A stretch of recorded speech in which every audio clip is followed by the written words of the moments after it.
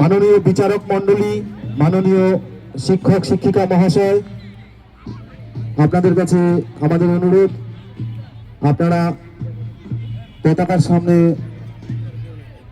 আপনারা চলে আসবেন। মার্চ পাস্টের পরে পতাকা উত্তোলন হবে।